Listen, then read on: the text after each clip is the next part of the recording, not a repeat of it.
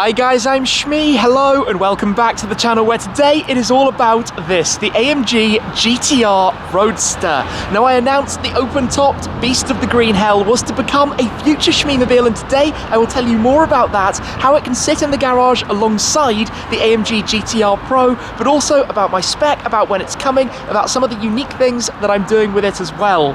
Now this car belongs to my friend Rana65556. This is one of his jets. You might remember we filmed previously with his Aventador SVJ. Well, today Rana is joining me as well to take this out, to go for a little drive, experience what it's like, parked here at the moment, surprisingly with the roof down, considering today's weather. We might be popping that up shortly, but let me give you a quick intro to the car, then we'll get out on the roads.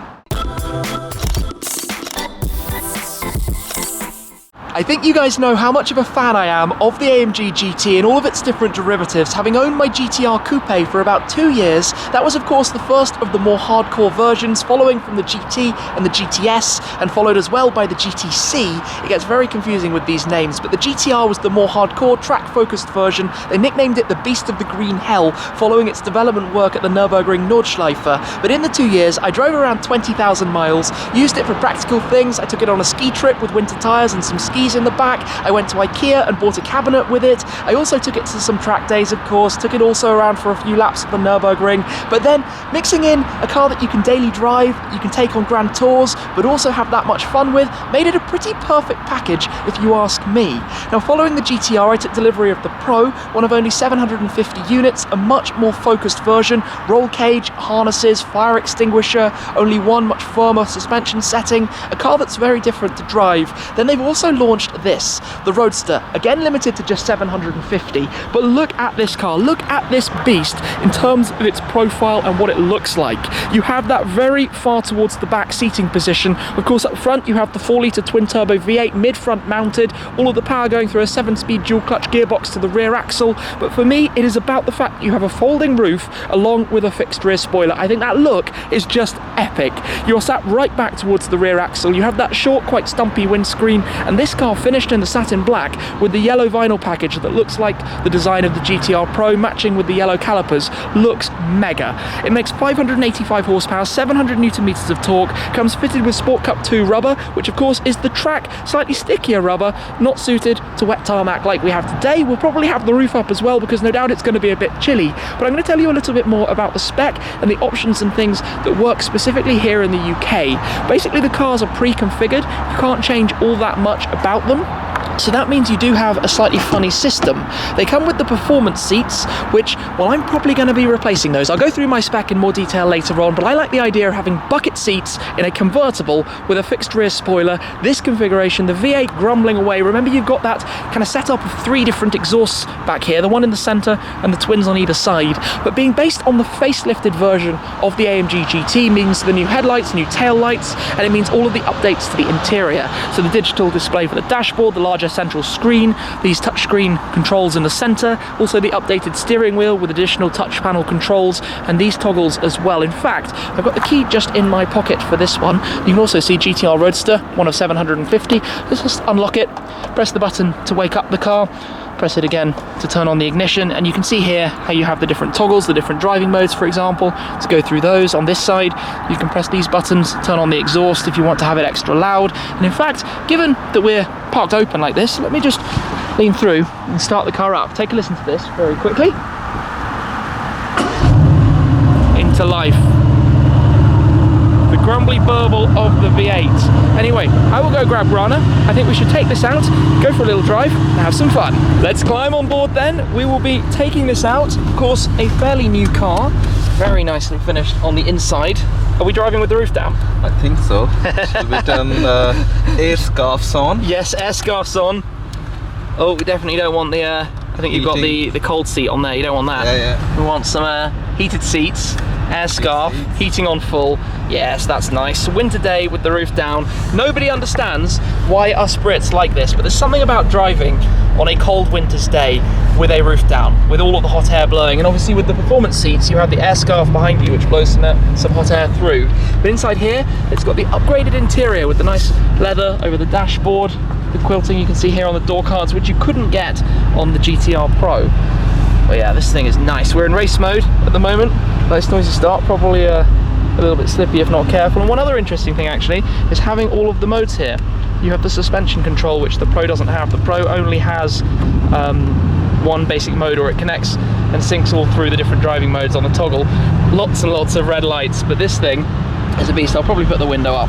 But look at having the spoiler out there. I love having a fixed spoiler on a convertible. It makes for such a cool package. And obviously we have a familiar kind of seating position and drive. How many miles have you done on here so far? Just around 500. 500 or so? Nice. Enjoying it? Yeah, love it. I mean, you're a lucky man who owns both the Pro and the Roadster as well.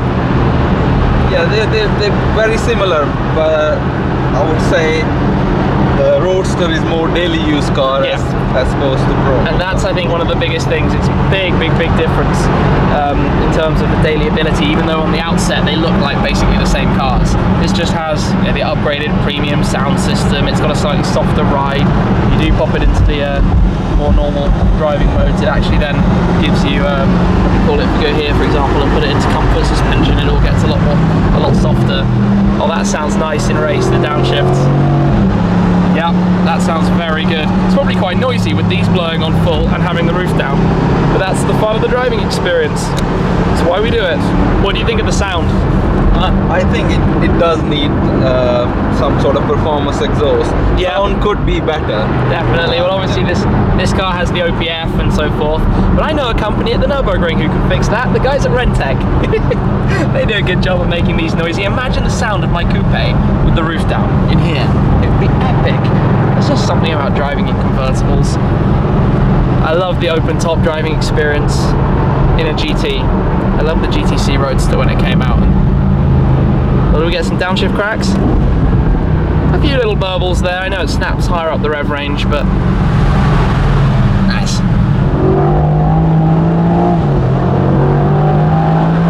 Alrighty, we have stopped for a quick bite to eat actually before we continue with the drive. You got to do the roof, of course, which can be done in, well, just a few seconds, as I said earlier. In fact, I might step out. No, I'm not going to, because I'm going to risk getting my head completely taken out by the roof closing. Very quick, very easy. That's one of the advantages of having it sitting on the rear deck without having a tonneau cover over the back of it. It just means that it can be done, I think it's like 9 seconds. Standard AMG GT problem, you have to give the doors a proper close. But like with the Pro, the spec things that are peculiar. You can't have a carbon wing here in the UK, you can't have carbon door mirrors. I think on the Roadster, in fact, you have the gloss black for all of the lower sections as well. Also the side blades. You do have the RXC wheels, the lightweight forged wheels with the dual tone kind of paint design. Generally it's equipped very nicely, but just a few things that are odd about the spec and what you can have and what you can't have, because basically it's one spec for everyone. You just do the color choices. So in this case, choosing the satin black, and then after the fact doing the yellow stripes. I'll tell you a little bit more about what exactly I'm going for when we get back from the drive later on. But for the time being, we will go head inside, grab a bite to eat, and come back to this afterwards. After having some food, something that's quite cool about the GT R Roadster, like the other GT convertibles, is that from the key, I think you can basically double press unlock, and it will kind of do the entire roof mechanism from the key, straight out of factory, no having to fit an aftermarket box or anything. You can see exactly how that works. Is it literally 9 seconds, something like that? The side panels go down, and that's it. You can hold the key and then the windows go up as well. And then you basically are back into the land of convertible driving. And it is just so cool to have a fixed wing. They had to redesign a bit of this actually. It sticks out, it's a larger wing in terms of from the inside edge to the back than the standard GT R Coupe. But you can see as well, as I've mentioned in a few of my recent videos, about the different mounting brackets that the Roadster or the GT R has versus the Pro. The Pro being the complete track thing. And that's where they just come into slightly different usages. One of the big things is the difference, the distance at the front. The splitter hangs out. The GT R splitter is basically in line with the front grille, whereas the Pro is a good 5 or 6 centimeters longer. It's also lower, which just means this car is more usable, more daily drivable. And if you're wondering, by the way, Rana is a man of mystery, hence why we don't see too much of him on the video, but it's very kind of him today to have allow me to go out for a ride in the Roadster. First time actually outside of the Goodwood Festival Speed to experience what it's like. It is now my turn to take the driving seat though, so let's hop on board. We'll get the car fired back into life. We will do the same process again, basically to ensure that we have the hot air on for the seats, the hot air on for the air scarf. Do yours as well. Make sure we're going to be nice and warm in here. But this is all obviously very familiar from my GT R Pro and my GT R Coupe before that as well. Inside, just to show you, that plaque is quite nice. GT R Roadster, one of 750. The Pro doesn't actually have a plaque in it, so that's a little bit different. We've got our exhaust on. Actually, does that better if it's in Sport Plus. Just need the valves to open when it's warmed up a touch more. So, let me pass you the camera if I may. Yeah, of course. And we'll take this out for a little drive. Should probably get comfortable. Okay, we've got the electronic seats, of course, electric seats with the AMG Performance seats that this car has. Oh, the air scarf's blowing, that's nice. When you start to actually feel it on and proper, yes, I like that a lot. Get myself comfortable. So, into gear, selected down here. Actually, I don't want to drive in Sport Plus immediately. I'm going to drive in Sport and then manually set it up how I want. Exhaust mode on. You've got a button here as well for loading up the camera, if you need to have the cameras on, which brings them up on there. There's a front camera and a rear camera. So we go forwards, you can see that. Back into reverse. We will head on out then. Go have some careful fun. Sport Cup 2s in this kind of weather is not ideal. Well, like I said earlier, we're in the UK. We love our convertibles here, whatever the weather does. Onto the roads, massive bonnet. But then that kind of lazy seating position, and this is where it's such an amazing car to just chill in. We have also popped the roof up just because, well, it's a little bit chilly and it's fun to drive and see a little bit of the difference. I've got it in Sport Plus now, and you start to hear more of the noise and some of the cracks of it as well. But look at these roads out in front. What a place to be driving. Countryside in the UK. This is something we do pretty well. The roads might be bumpy and tight and twisty, but in a car like this, and there are a few things about this that are different, I notice instantly to the Pro. Being sat in the performance seats, you're much higher than you are in the buckets. That's actually quite a big difference in the driving experience, because obviously it changes what you see outside, but it also changes the feel and how much like a kind of supercar driving experience you have, I guess we could say. Around here, you still got the rear wheel steering. It still turns around like it's on rails. There's a slightly different sound inside the car. This is actually fascinating to me, to drive this after driving the Pro, to see that they are quite so different. I can see, like, I thought initially I was crazy when I said I'll get the Pro and the Roadster, but now it starts to make some sense, and I never thought, honestly, that it would. But now that I've actually driven a GT R Roadster, thanks to Rana, thank you also for holding the camera right now. That's okay. Now it starts to make some sense. So I get it a little bit more. Now in here, you don't have the yellow traction control toggle. What you have instead is the ability to turn traction off using the hotkeys here. If you hold that down, it will turn off, and then it activates using the right-hand toggle the ability to change between your 9 different stages of traction control, which of course on today's weather we need to be a little bit more sensible with and have it back towards on, or in fact just have it on completely. You can also just press that once and go into sport handling mode, but it's very, very easy to do that and go through all of your different settings here. For example, we've got Sport Plus suspension. Pop it into comfort on the road, it's a little bit softer, and your gearbox, start, stop, all of these different controls that you can go through straight at the press of a button just here. This bit of road is a little bit bumpy, apologies for that, but drop down some gears.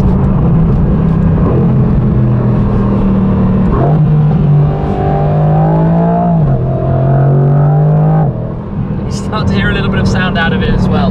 Back out in the countryside, we are going to pop the roof down, which you can of course do while driving. Just press this for a couple of seconds. You get a bit of a blustery breeze over you when it's in progress, but that doesn't take too long. Job done. The window's going to come back up automatically. No, I think we're going to do, oh yes, they were going to, but there we go, done the windows. We can go back onto the air scarf, back onto the heated seat, make sure we're nice and warm, drop it down to first gear, shuffle the rear view mirror slightly. Oh, it's slippy today. Oh wow, you can definitely go light over there. But this is a car that I experienced was so much more at home in Germany than here in the UK, because it's a big car, it's a wide car. And the Roadster obviously maintains the same proportions as the Coupe did. I love it, the shifts are instant. But it is quite a different drive to the Pro. That's the big takeaway for me from today. You do get some pops and crackles out of it, but it is overall quite a different car. There we go, we get a snap out of the back. In fact, maybe if we go a bit further onto the brakes, do you get? There we go.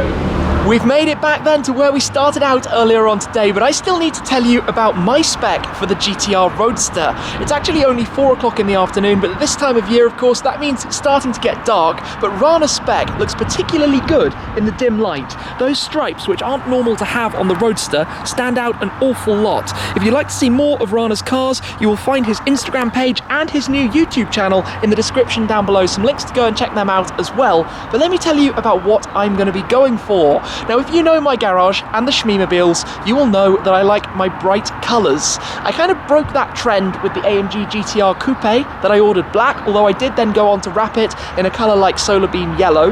I also then have my AMG GT R Pro in Designo Diamond White. So I've done black and white, but back when I ordered my GTR, there was a colour I was considering, which I didn't do, which was Hyacinth Red. Now, Rana's Pro actually is in Hyacinth Red, if you'd like to go and see what that looks like, but that's the colour that I'm going for, combined with a few other unique touches. Now, on the Roadster, like with the Pro, here in the UK, they're kind of pre-specified in terms of the optional equipment. You can choose between a series of something like 12 different colours as standard, but basically in terms of the wheels, not having much of the exterior carbon, but having the upgrade interior, it's all kind of preset. You can't really change all that much to do with it. What you can do, though, is go to the AMG Performance Studio. Now, originally, my Roadster was actually supposed to have been delivered already, but I asked to have a slight delay on it to give me time to go to the Performance Studio to do some unique touches and make it bespoke. Also, of course, the fact that my Pro was coming as well, I figured it would make a little bit more of an experience for me to spread them out slightly. So my Pro is going to be delayed a little bit. It will be built, I think, in around April, May, and then it takes a couple of months to go through the Performance Studio, which means September, October or so before it's completed. And the reason it's going to the Performance Studio is to do with the interior. Now, basically, they all have this interior. You can't really change anything. You have the performance seats with the black leather, you have the Dynamica steering wheel, which I like a lot, but you don't have any contrast stitching or anything like that. Now, what I really wanted was to have bucket seats. You can't officially have bucket seats, but you can kind of order bucket seats like those found in the GTR and then, of course, replace them.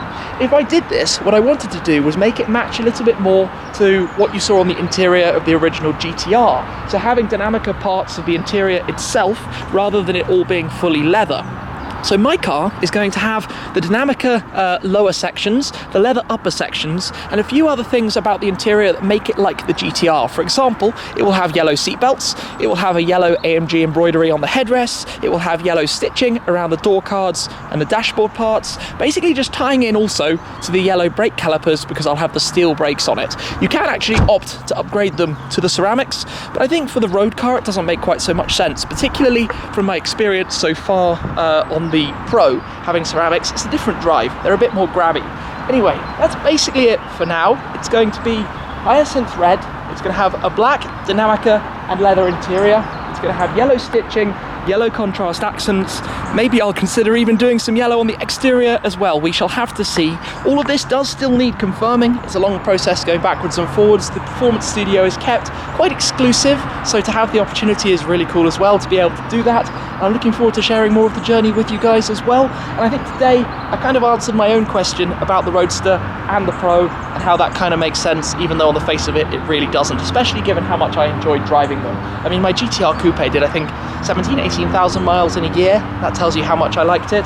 It's a very good car for this kind of driving, and you can feel the differences. This car is just more dailyable. It's still very firm and very bumpy here in the UK, but of course, it's now getting dark. I think I've held Rana long enough. A big thanks again to him. The links are down below, but I'm very excited now for the arrival of my Roadster later in 2020. I hope that gives you guys some news and updates as to what's happening, but for now, I will say goodbye. Thank you very much for watching, and I'll see you again very soon. Cheers!